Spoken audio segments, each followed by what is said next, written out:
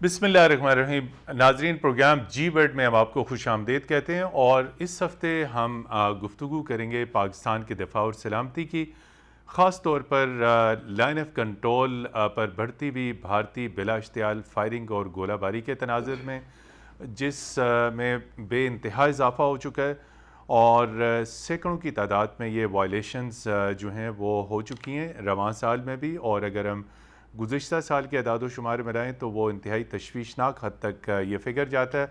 آخر بھارت ایک ایسے وقت میں جب پوری دنیا کرونا کی وبا کی لپیٹ میں ہے، لائن آف کنٹرول پر بڑھتی ہوئی اشتعال انگیزیاں اور خاص طور پر سول آبادی کو نشانہ بنانا، پچھلے ہفتے بھی ہم نے اس موضوع پر گفتگو کی تھی، لیکن آج اس موضوع پہ بھی گفتگو کریں گے۔ اس کے ساتھ ساتھ ہم گفتگو کریں گے پاکستان کا دفاع اور سلامتی، پاکستان کی ایئر فورس، پاکستان کی آرمی اور پاکستان کی نیوی جو ہے وہ دفاعی اعتبار سے کہاں کھڑی ہیں۔ خطے میں جو بڑھتے ہوئے سیکیورٹی کے خطرات ہیں، خطرات ہر صورت میں اور ہر وقت بڑھتے رہتے ہیں، خاص طور پر بھارت کی جانب سے جس تیزی کے ساتھ دفاعی بجٹ میں اضافہ کیا جا رہا ہے، بھارت کی طرف سے جنگی جنون کے جتنے بیانات آتے ہیں، ان تمام تر ان نقطوں کے تناظر میں یقینی طور پہ پاکستان کی سلامتی اور دفاع کو خطرات لاحق ہیں، اور پاکستان کسی بھی طور پر اپنی دفاع اور سلامتی سے غافل نہیں ہے۔ اس سے اور اس سے جڑے ہوئے تمام نکات پر بات کریں گے۔ ناظرین، آج ہماری خوش قسمتی ہے کہ ہمارے ساتھ دفاع اور قومی سلامتی کے حوالے سے ایک جانی پہچانی شخصیت موجود ہیں۔ رکن پارلیمنٹ سینٹ آف پاکستان میں دفاعی پیداوار کمیٹی کے chairman lieutenant general retired Abdul Qayyum صاحب تشریف رکھتے ہیں۔ دفاع کے شعبے میں طویل خدمات پاکستان فوج میں رہتے ہوئے انہوں نے سر انجام دی، اور فوج سے ریٹائرمنٹ کے بعد سیاست میں قدم رکھا، اور اس وقت سینٹ کی دفاعی پیداوار کمیٹی کے چیئرمین ہیں۔ پارلیمنٹ میں ان کی دفاع اور قومی سلامتی کے ایشوز کے اوپر اور دیگر تمام اہم ایشوز کے اوپر انتہائی مؤثر ان کی شرکت رہتی ہے۔ جنرل صاحب، پروگرام جی ورڈ میں بہت شکریہ۔ آغاز کرتے ہیں۔ لائن آف کنٹرول پر بھارتی اشتعال انگیزیاں اور بھارتی حملوں میں اضافہ ہوتا جا رہا ہے، اور ایک ایسے وقت میں جب خود بھارت کے اندر کرونا جو ہے وہ وہاں پر اس کا وار ہے، پاکستان کے اوپر ہے، مقبوضہ کشمیر لاک ڈاؤن میں ہے، اس وقت لائن آف کنٹرول پہ اوپر بلا اشتعال فائرنگ، گولہ باری کر کے سول آبادی کو نشانہ بنانا، تو اس کے پیچھے کیا مقاصد کار فرما ہو سکتے ہیں؟ جی متین، تھینک یو ویری مچ۔ آپ نے انوائٹ کیا، آپ کا پروگرام بڑا انفارمیٹیو اور بہت اچھا ہوتا ہے۔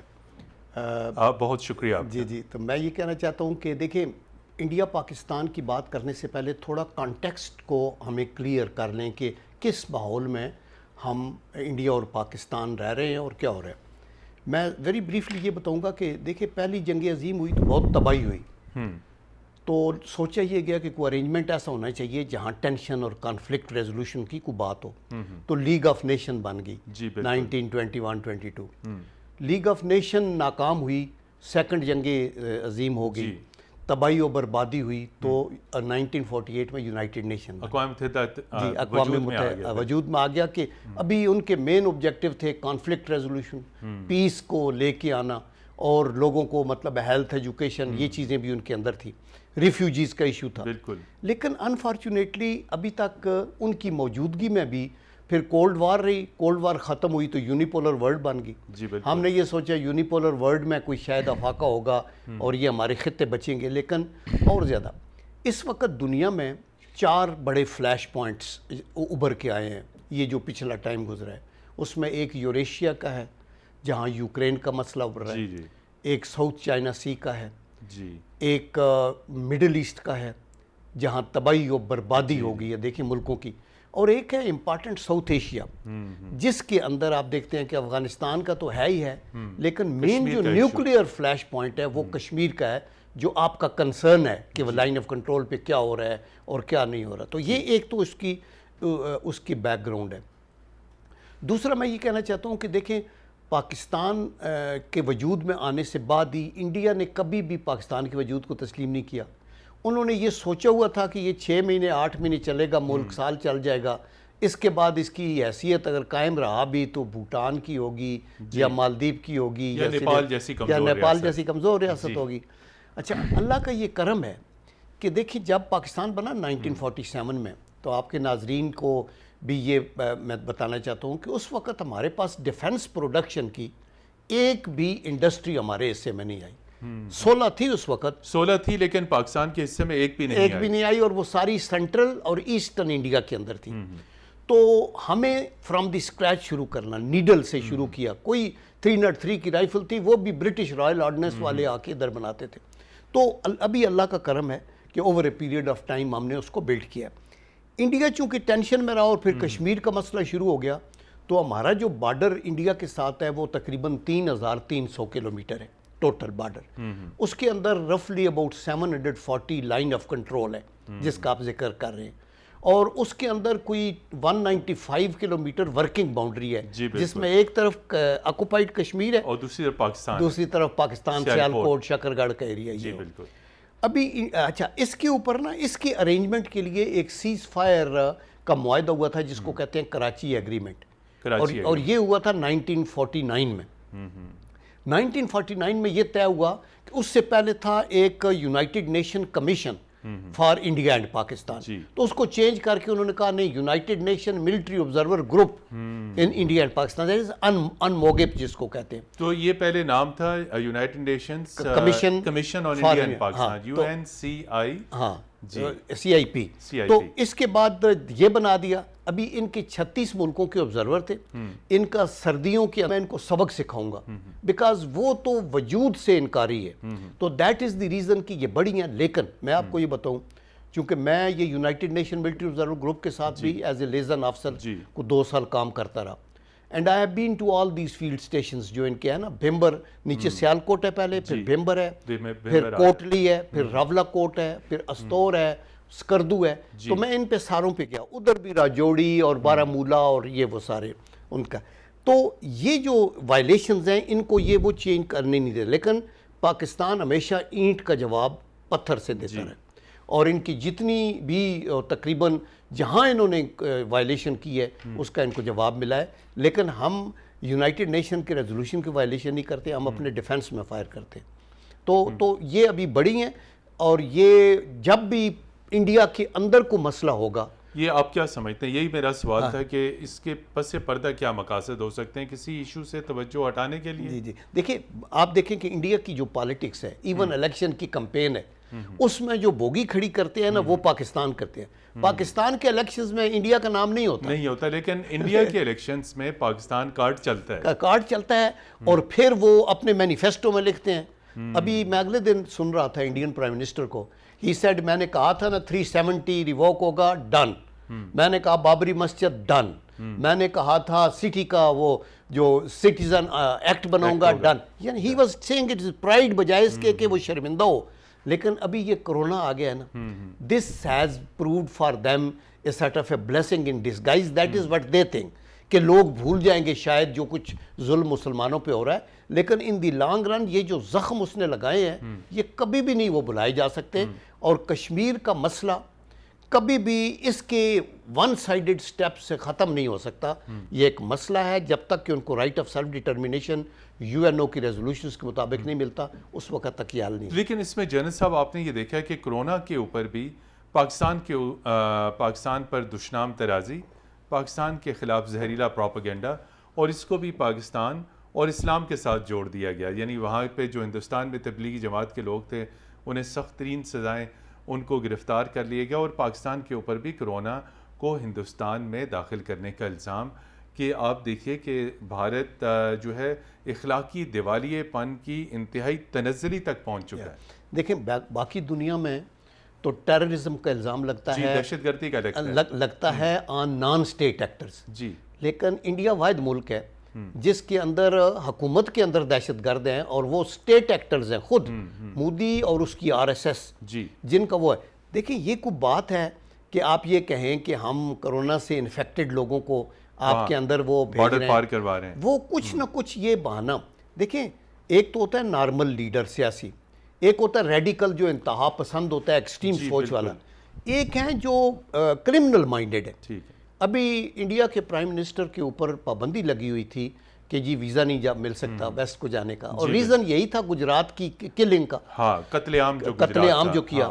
اور ابھی جو مسلمانوں کا ہو رہا ہے, اور ابھی جو کشمیریوں کے ساتھ زیادتی ہو رہی ہے, آئی تھنک یہ ساری چیزیں ہیں. تو with the passage of time Allah is kind کہ انڈیجنس موومنٹ ہے کشمیر میں اور اس کی آواز ابھی سنی جا رہی ہے اور وہ انشاءاللہ کامیاب ہوگی. انشاءاللہ وہ کامیاب. بالکل. ناظرین مقبوضہ کشمیر میں جاری جدوجہد انشاءاللہ کامیاب ہوگی. اس نقطے کو آگے ہم بڑھائیں گے اور گفتگو جاری رکھیں گے، لیکن یہاں پر لیتے ہیں ایک بریک کے بعد پھر حاضر ہوں گے. ہمارے ساتھ رہیے گا.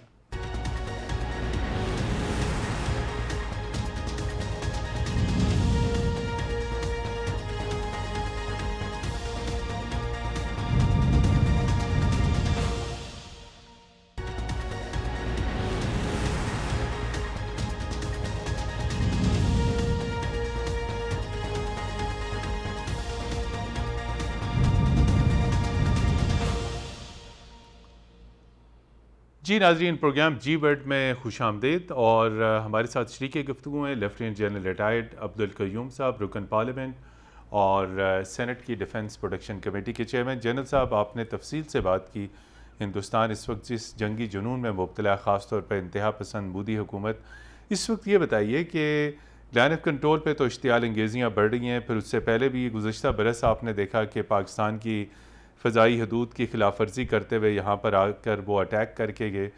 اس وقت بھارت کی جانب سے پاکستان کے دفاع اور سلامتی کو کیا آپ سمجھتے ہیں خطرہ بھی شدید ہے؟ اور اگر خطرہ ہے تو ہماری دفاعی تیاری جسے کہتے ہیں پروفیشنل پریپیئرڈنس، ہم کہاں تیار کھڑے ہیں اگر بھارت کی جانب سے کسی قسم کی کوئی مہم جوئی کی جاتی ہے پھر اور وہ سرجیکل سٹرائکس کی بات کرتا ہے، تو تھریٹ کا لیول کیا ہے اور ہماری طرف سے جواب اور وہ کتنا ہے؟ دیکھیں متین، آپ کا یہ بہت اچھا کویشچن ہے. ہم لوگوں کو یہ کلیئر ہونا چاہیے. دیکھیں انڈیا ایک بڑا ملک ہے جی، اور اس کی جہاں اسٹرینتھ ہے آبادی کی اور بڑے ہونے کی، ریسورس کی، وہاں لائبلٹیز بھی ہیں. اس کی وجہ یہ ہے کہ اس کا بارڈر جو ہے وہ اگر ہمارا ان کے ساتھ 3300 کلومیٹر ہے تو ان کا 15000 کلومیٹر تو لینڈ بارڈر ہے اور 7000 کلومیٹر کوسٹ لائن بھی ہے. بہت طویل ہے، بہت طویل ہے. لیکن ان کو ایڈوانٹیج یہ ہے کہ وہ جو چائنا کو اپنا بڑا دشمن کہتے ہیں نا، تو چائنا کے آگے ایک دیوار ہے ہمالیہ کی. جی. تو ابھی انڈیا جب بھی ابھی پوری دنیا سے آم خریدتا ہے، اب نمبر 1 آلموسٹ بائر ہے، فرانس سے ہے، امریکہ سے ہے، پوری دنیا سے. اور بہانہ یہ ہوتا ہے کہ چین کے تھریٹ ہے اور چین کی بوگی کھڑی کرتے ہیں. تو میں نے کئی دفعہ کہا ہے کہ دیکھیں چین تو ہمالیہ سے کورڈ ہے، تو کیا یہ میکنائزڈ فارمیشن آپ ہمالیہ میں یوز کریں گے یا ناممکن ہے بالکل، یا بنگلہ دیش کے دریاؤں میں چلیں گی، یا یہ ساری پاکستان کی اور ان کی ٹوٹل ڈپلائمنٹ کی اورینٹیشن بھی ہماری طرف ہے. لیکن آفٹر ہیونگ سیڈ دیٹ میں یہ کہتا ہوں کہ یہ خدا کا کرم ہے کہ پاکستان ایک چھوٹا ملک ضرور ہے، لیکن ہمیں اگر اوفینسو ڈیزائنز ہو نا ہمارے، تو ہمیں انڈیا سے 3 گنا بڑی فوج چاہیے.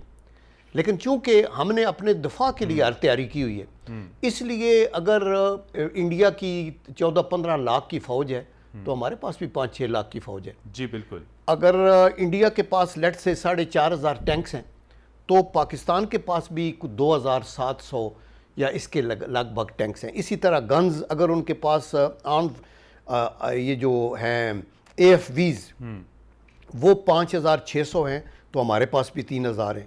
آرٹلری کے پیسز اگر 5000 ان کے پاس ہیں تو ہمارے پاس بھی 3700 ہیں. سو دیئر فور ہم اللہ کے کرم سے ویل ایکوپڈ ہیں فار آور ڈیفنس. جی. ہماری نیوی کے اندر بھی آبویسلی ان کا مقابلہ سے مور. بالکل اسی نقطے کو آگے بڑھائیں گے. آپ نے کہا کہ 1947 میں پاکستان کے پاس دفاعی پیداوار کے حوالے سے ایک بھی فیکٹری نہیں تھی. آپ جو ہے وہ ڈیفنس پروڈکشن کے اوپر آپ کی گہری نظر ہے، پاکستان آرڈیننس فیکٹریز کے چیئرمین بھی رہے. اس وقت پاکستان کی دفاعی پیداوار کی صلاحیت اور استعداد دونوں چیزیں بتائیے گا، وہ کہاں کھڑی ہے؟ ہماری ڈیفنس پروڈکشن کا سیکٹر کہاں کھڑا ہے؟ دیکھیں اللہ کا یہ بڑا کرم ہے. پہلی ہماری پریارٹی تو یہ تھی کہ ہم ملک کے اندر وہ چیزیں بنائیں جو ہماری فوج کی ضرورت ہے. جی. پاکستان آرمی کی جو ضرورت ہے، جو 6 لاکھ کی فوج ہے، تو ایئر فورس بھی ہے، نیوی بھی ہے، تو ہم جب باہر سے چیزیں منگائیں گے تو ہمیں فارن ایکسچینج دینا پڑے گا. تو آپ دیکھیں کہ ہم نے پیمنٹ ہوگی، تو اللہ کے کرم سے ہم نے کوئی 70-80% جو اپنی ریکوائرمنٹ ہے ٹیکٹیکل ویپنز فار ڈیفنس، وہ ہم نے اپنے طور کے اوپر بہترین تیار ہی نہیں کی ہے بلکہ ایکسپورٹ کرنے کی بھی صلاحیت ہم اپنے طور پہ رکھتے ہیں. اس وقت متین دنیا کے اندر یہ جو ڈیفنس پروڈکشن ہے نا یہ ایک بڑی لیوکریٹو منی میکنگ کنسرن بھی ہے. یعنی امریکہ، رشیا، یہ وہ اس وقت دنیا میں جو ایکسپورٹ ہوتی ہے ویپنز کی وہ $25 بلین کی ہوئی ہے 2018 میں، اور اس میں $10.8 بلین تو صرف امریکہ نے کی ہے. سیکنڈ 6-7 بلین رشیا نے کی ہے. اس کا مطلب ہے امریکہ دفاعی برآمدات کے حوالے سے دنیا میں نمبر 1 ہے آل دی ٹائم، اور رشیا نمبر 2 ہے، اور اسی طرح پھر فرانس ہے اور جرمنی اور یہ ان ممالک کا ہے. پاکستان نے یہ کیا کہ ہم اپنے طور پہ پہلی تو بڑی کامیابی یہ ہے کہ ہمیں اپنی جو فوج ہے اس کے لیے G3 سے لے کے اسمال آرمز سے لے کے توپوں کا ایمونیشن، ٹینکوں کا ایمونیشن، آپ کے جو مارٹرز بامز، یہ وہ چیزیں ہم نے اپنی سے. پھر جب ہم نے دیکھا کہ انڈیا تو ایک قدم آگے جا رہا ہے اور وہ تو میزائل کی تیاری میں ہے، اللہ کا کرم ہم میزائل بنا لیے. پھر خدا کا کرم ہے جب انہوں نے آپ نے دیکھا ہمارا ڈیٹنس بن گیا 74 میں وہ دھماکے کیے اور ساتھ ہی ان کی زبان بدل گئی کہ ابھی ہم ان کو سبق سکھائیں گے. تو اس وقت پھر پاکستان میں پرائم منسٹر ذوالفقار علی بھٹو نے کہا کہ گھاس کھائیں گے اور وہ کریں گے. اور پھر ہر لیڈر نے جو آباد میں آئے ان کے، وہ ضیاء الحق صاحب، پریزیڈنٹ اسحاق خان، بے نظیر بھٹو، نواز شریف. اور نواز شریف صاحب کو تو یہ آنر مل گئی کہ ان کے ہوتے ہوئے دھماکے ہو گئے 1998 کے اندر. یہ ایک بہت بڑا فیصلہ تھا کہ اسی کے اوپر ایک ہمیشہ سے یہ کہا جاتا ہے کہ اگر ڈیسیجن اس وقت کے پرائم منسٹر نے کیا اور شروع سے ہماری نیوکلیئر فیسلٹیز ریڈی تھیں تو کیا ماضی کے حکمران مختلف اوقات میں کیا اس کے اوپر سمجھوتا کرتے رہے؟ ہم نے پہلے نیوکلیئر ٹیسٹ کیوں نہیں کر لیے؟ ہندوستان نے جب کیے تو اس کے بعد پاکستان کو ایک طویل وقت کیوں لگا؟ دیکھیں وجہ یہ تھی کہ ہم زیر عتاب تھے پوری دنیا میں، most sanctioned ally of the United States of America. آپ کو پتہ ہے نا، ہم نے سوویت بیٹل یہ حصہ لیا، اس کے بعد انہوں نے ہمیں پریسلر امینڈمنٹ لگا دی. اس سے پہلے تمام طرح سے پابندیاں لگ گئی تھی، سائمنگٹن، گلین، اور پھر یہ پریسلر لگا دی. تو ہمارے پاس کوئی ایسا آپشن نہیں تھا. That is the reason Zia الحق بھی لائی لو رہے لیکن تیاری پوری کرتے رہے، کسی کی نہیں سنی. ہر حاکم نے کمپرومائز نہیں کیا. وہ سول تھا، جوہری پروگرام پہ کسی بھی لیڈر نے کمپرومائز وہ نہیں کیا، ملٹری کا ہو یا سول کا ہو. مجھے 3 سال ملے بے نظیر بھٹو صاحبہ کے ساتھ ایز اے ملٹری سیکرٹری، کام معین قریشی صاحب کے ساتھ تھا میں. ہر موقع کے اوپر ہر کسی نے پورا وہ اللہ کے کرم سے کیا. بے نظیر بھٹو کے ساتھ آپ ملٹری سیکرٹری کے طور پہ رہے، ان کے ساتھ آپ مذاکرات نیگوسیشنز میں رہے. کہیں آپ نے دیکھا کہ کسی بھی وقت پاکستان کے دفاع کے اعتبار سے امریکہ کا دباؤ سامنے وہ لے لیتی تھیں یا وہ نہیں دباؤ لیتی؟ دیکھیں ہم 95 میں گئے امریکہ، بل کلنٹن سے ملاقات تھی، تو ہمارے F-16 کے ہم نے پیسے دیے ہوئے تھے 28. وہ ایشو وہاں پہ بات چیت میں آیا؟ بات چیت میں ہم نے زوردار طریقے سے پرائم منسٹر نے کہا کہ جی، تو Bill Clinton was so help less, he said Congress نہیں مانتی، اور یہاں ہمیں پتہ تھا یہودیوں کا بھی اور ہندوؤں کا بھی زور ہے، بہت اثر و رسوخ ہوتا ہے. اس نے کہا تھا نہ صرف یہ کہ ہم یہ ابھی آپ کو دے نہیں سکتے، پیسے آپ نے دیے ہوئے ہیں، بلکہ آپ کے اوپر یہ جو ہینگرز جن میں ہم نے کھڑے کیے ہیں ان کا کرایہ بھی آپ کو دینا پڑے گا.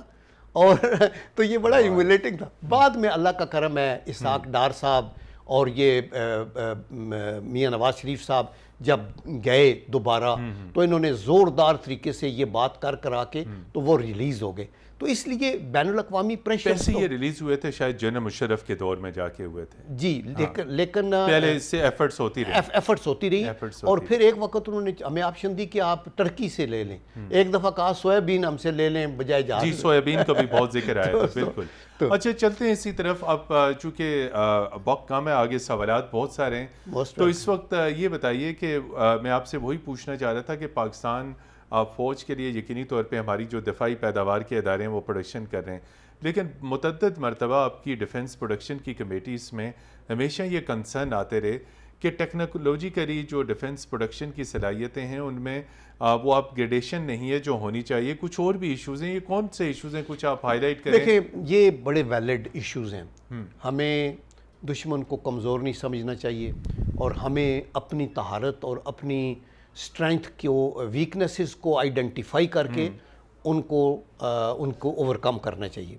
دیکھیں ہماری جو ڈیفنس پروڈکشن انڈسٹری میں جو پوائنٹ میں نوٹ کرتا ہوں نا، مثلا POF مدر انڈسٹری ہے اور اس کے پاس کوئی اوور 100 کی پاپولیشن ہے CNC مشینوں کی جو بالکل ٹاپ آف دی لائن ہے. لیکن بہت سے پلانٹس اینڈ مشینز کو 30 35 40 سال پرانے ہیں، ان کی اپ گریڈیشن ہونی چاہیے، ضروری، نمبر 1۔ نمبر 2، ڈیفنس پروڈکشن کا بجٹ بھی انہانس ہونا چاہیے تاکہ یہ ریسرچ اور ڈیولپمنٹ کے اوپر چلے، ریسرچ کے اوپر کرنا بڑا ضروری ہے۔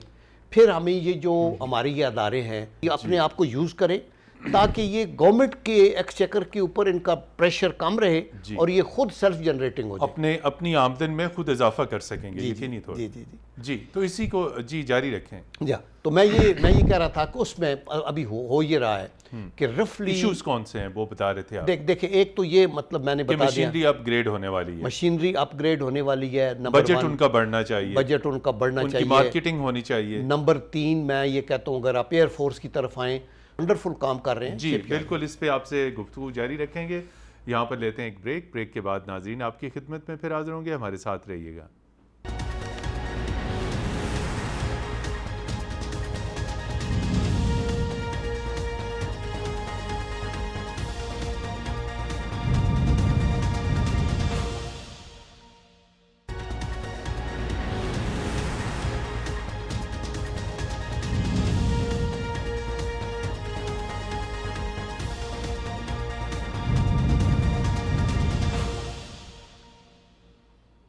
جی ناظرین، پروگرام جی برڈ میں ایک مرتبہ پھر خوش آمدید، اور شریک گفتگو ہیں لیفٹیننٹ جنرل ریٹائرڈ عبدالقیوم صاحب، چیئرمین سینٹ ڈیفنس کمیٹی۔ آپ نیوی کی شپ یارڈ کی بات کر رہے تھے۔ میں یہ کہہ رہا تھا کہ شپ یارڈ جو ہے یہ پہلے کافی خراب حالت میں تھی، لیکن پھر اس کو ڈیفنس پروڈکشن کی منسٹری کے نیچے کر دیا گیا۔ ابھی خدا کے کرم سے وہ سیلف سسٹیننگ ہی نہیں ہے بلکہ منافع خود انحصاری کے بعد اب وہ منافع کما رہی ہے، اور وہ کافی اس میں گورنمنٹ کو ٹیکس بھی دے رہی ہے۔ جی، یہ کیا کیا پروڈیوس کرتے ہیں؟ یہ اپنے ان کا سب سے بڑا ایک تو بہت بڑا ٹینکر انہوں نے ابھی بنایا اپنا، شپس کو ریپیئر بھی کرتے ہیں، مینٹیننس بھی ان کی کرتے ہیں، شپ بلڈنگ بھی کرتے ہیں، آپ یہ دیکھیں۔ اور انہوں نے ابھی شپ لفٹ اینڈ ٹرانسفر کی ایک فیسلٹی جو ہے، جو ایک بڑی کیپیبلٹی ہے، دیٹ وڈ ہیلپ دیم کہ ان کے اندر کیپیسٹی بڑھ جائے، اس میں مہارت حاصل کر لی ہے، بلکہ بنا رہے ہیں، لگا رہے ہیں، بالکل وہ ایک ہمارے پاس فیسلٹی ہو رہی ہے۔ لیکن سنس اگر ابھی ہم نے گوادر کا جو ہے نا ایکٹیویٹ کرنا ہے، تو اس پوری کوسٹ لائن کے لیے ہمیں بیف اپ کرنا ہوگا اپنی اس کو۔ اور ایک اور جو امپارٹنٹ ایشو ہے نا وہ ہے ایئر ڈیفنس کا۔ جی، ایئر ڈیفنس کا بڑا اہم ایشو ہے، شکریہ آپ نے خود ہی اس پہ ذرا روشنی ڈالی۔ ہمیں اس کے اوپر، یہ ہمارا کمزور کیوں ہے؟ نہیں کمزور نہیں، اللہ کا کرم ہے، لیکن میں یہ کہتا ہوں کہ چونکہ دشمن اپنی طاقت بڑھاتا جا رہا ہے اور وہ یہ چاہتا ہے کہ ہم ایئر سے یہ کر دیں گے وہ کریں گے، تو میرے خیال میں ہمیں جہاں ضرورت ہے وہاں ایئر فورس میں top of the line aircrafts کی ضرورت ہے۔ گراؤنڈ میں تو ایئر ڈیفنس پہلے میٹر کرتا ہے، پھر ایئر فورس، اور پھر ایئر ڈیفنس کے اندر ہمیں ہماری کچھ نہ کچھ گفتگو چل رہی ہے رشیا کے ساتھ اور آگے پیچھے کہ کہیں ایئر ڈیفنس کی کیپیبلٹی کو ہم نے بیف اپ کرنا ہے۔ ہم نے top of the line tanks بھی آگے چلنے، الخادلت ہمارے پاس ہے جو بہترین ہے بہت، لیکن ہمیں یہ دیکھنا ہے کہ دنیا کدھر جا رہی ہے اور کون سے بیٹل ٹینکس ہیں جو ہمارے ایڈورسری کے پاس ہیں، جو ہمارے خلاف T-90 کی بات ہو رہی تھی اور بہت سے۔ اور اسی طرح میں نے آپ کو فوج کے اندر بھی ہمیں اپنی جو اس کی جو ٹریننگ کے اوپر اور کنسنٹریٹ کرنا ہے، تربیت کے اوپر کرنا ہے۔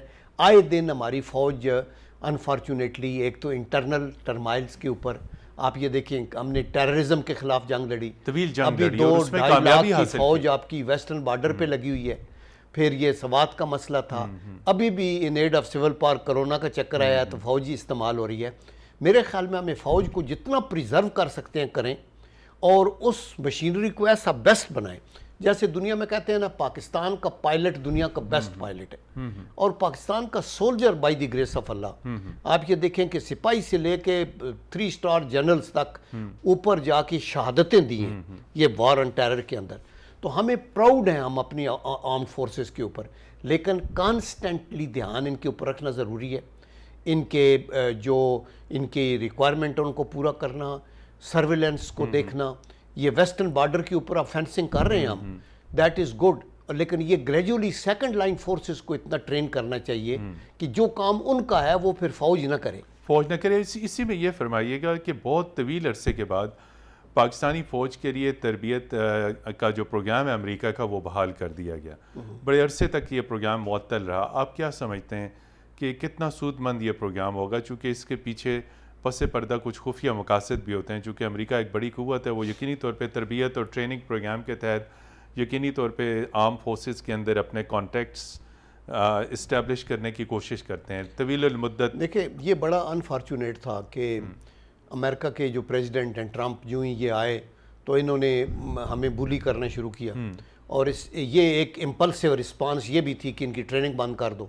سیکنڈ اور بہت سی چیزیں تھیں, لیکن یہ کھولنا آئی تھنک یہ فائدہ مند ہے ہمارے لیے تو ہے ہی, بیکاز ہمارے لوگ وہاں سے جا کے پوری جدید ٹریننگ دیں گے. لیکن ایون امریکہ کے لیے اس لیے ہے کہ یہ جو لیڈر ٹرین ہوتے ہیں ان کو ایک امریکن کلچر کی ایک انڈرسٹینڈنگ ہوتی ہے, اور ان کی لیڈرشپ کے ساتھ ان کی لیڈرشپ کا ایک انڈرسٹینڈنگ ڈیولپ ہوتی ہے فیصلہ سازی میں, بہت فیصلہ سازی میں. تو وہ I think it is a good decision and we appreciate. اور ہم ابھی بھی جو پریزیڈنٹ ٹرمپ کے ان اقدامات کو اپریشیٹ کرتے ہیں کہ انڈیا کے پریشر کے باوجود وہ میڈیشن کی بات کر رہے ہیں کشمیر پہ, اور پلس پاکستان کے پرائم منسٹر کے ساتھ بھی ان ٹچ ہیں. آئی تھنک یہ ہمارے مفاد میں ہے. لیکن ڈپلومیسی جو ہے نا یہ ایک ایسا ڈیفیکلٹ آرٹ ہے جس کے اوپر آپ کو بڑی انوویٹو اپروچ کے ساتھ چلنا ہوتا ہے.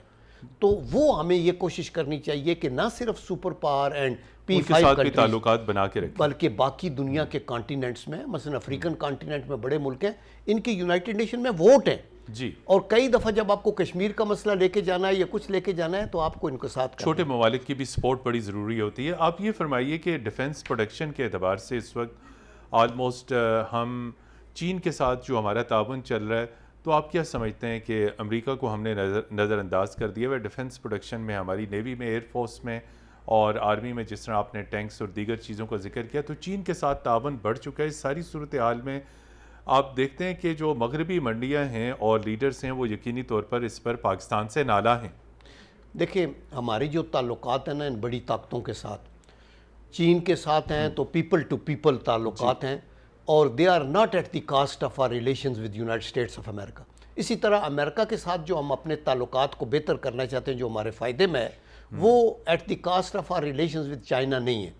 ہم اپنی ضرورت کے مطابق دنیا کی منڈیوں کو ایکسپلور ضرور کرتے ہیں, اور ہمیں فیصلے ہمارے خود پارلیمنٹ کو اور ہماری کیبنٹ کو کرنے ہوتے ہیں. ہمیں کسی کے پریشر کے نیچے آ کے نہیں ہوگا, ہمیں نان الائنڈ رہنا چاہیے. ہم اگر نان الائنڈ ہو تو ایون مسلم دنیا کے اندر ہم ایران سے بھی تعلق ہیں, سعودی عربیہ سے بھی تعلق ہیں, سعودی عرب سے بھی رکھنے ہیں, اسی طرح ابھی رشیا کے ساتھ بھی ہمیں اپنے بارڈرز کو وہ فینس کرنا ہوگا, مینڈ کرنا ہوگا, بیکاز رشیا بھی ایک بڑا امپارٹنٹ ملک ہے, اور وہ ریجنل ایک طاقت ہے ہمارے ساتھ, اور بین الاقوامی سطح پہ بھی ان کی ایکسپورٹ میں بتا رہا تھا رفلی $6 بلین کا اسلحہ وہ بھی ایکسپورٹ کرتے ہیں. تو اب انڈیا جب Soviet union ex Soviet union سے ہٹ کے تو امریکہ کی طرف گیا ہے, تو رشین کا ایٹیچیوڈ تھوڑا بدل گیا. بالکل, تو اس کو ہم اپریشیٹ کرتے ہیں. جی آخر میں وقت انتہائی کم ہے, صرف بتائیے کہ اب وے فارورڈ کیا ہے دفاعی پیداوار کے حوالے سے, ہم آگے کیسے بڑھ سکتے ہیں کہ ہم اپنی دفاعی ضروریات بھی پوری کریں اور ہم دفاعی برآمدات کو بھی بڑھا سکیں. دیکھیں متین, بات یہ ہے کہ جو نیشنل سیکیورٹی ہے نا یہ ایک بڑا وائڈ ایک بڑا سبجیکٹ ہے, اور اس کے اندر یہ جو آرمی یا ڈیفنس ہے یہ ایک ایلیمنٹ ہے. دوسرے جو امپارٹنٹ ایلیمنٹ ہیں وہ اکانومی بھی ہے. آپ کی اکانومی مضبوط ہوگی تو آپ کا ڈیفنس مضبوط ہوگا. دیر فور میں سمجھتا ہوں کہ ڈیفنس کو اس کا انحصار ہماری معیشت کے اوپر ہے, اور اس کا تعلق ہماری معیشت پہ ہے. اور سیکنڈلی جو ڈیفنس کی جو پوٹنسی ہے اس کا جو دار و مدار ہے وہ تھریٹ کے اوپر ہے. اگر تھریٹ زیادہ ہوگی تو رسپانس بھی ایسے دینی پڑے گی. اگر تھریٹ کو آپ ڈپلومیٹیکلی ڈیفیوز کر لیں گے تو آپ کا ڈیفنس کے اوپر اخراجات بھی کم ہو جائیں گے, اور آپ اگر ڈیفنس پروڈکشن کے اداروں کو فار کمرشل پرپسز یوز کریں گے تو آپ کا ڈیفنس کے بجٹ پہ بوجھ بھی کم ہو جائے گا. تو دیر فور میری جو ریکمنڈیشن ہوگی وہ ہوگی کہ معیشت, وہ کہتا ہے نا اٹ از اکانومی اسٹوپڈ, یہ بڑا مشہور فکرہ ہے جو بل کلنٹن کے ٹائم پہ پوچھا ہے. اکانومی کو مضبوط کریں, وہ پنجابی میں کہتے ہیں نا کہ جنہاں دے گھر دانے انہاں دے کملے بھی سیانے. بالکل, اور اگر پاکستانی معیشت مضبوط ہے تو ہماری قومی سلامتی دفاع بھی مضبوط ہے. یہی آج کی گفتگو کا لب لباب تھا. جنرل ریٹائرڈ عبدالقیوم صاحب, آپ کا بہت شکریہ. دفاع اور دفاعی پیداوار اور اس سے جڑے ہوئے تمام تر نکات پہ آپ نے مفصل گفتگو کی. ناظرین، پروگرام جی ورڈ اور اس کی ٹیم کو اگلی اتوار تک کے لیے اجازت دیجیے. خدا حافظ.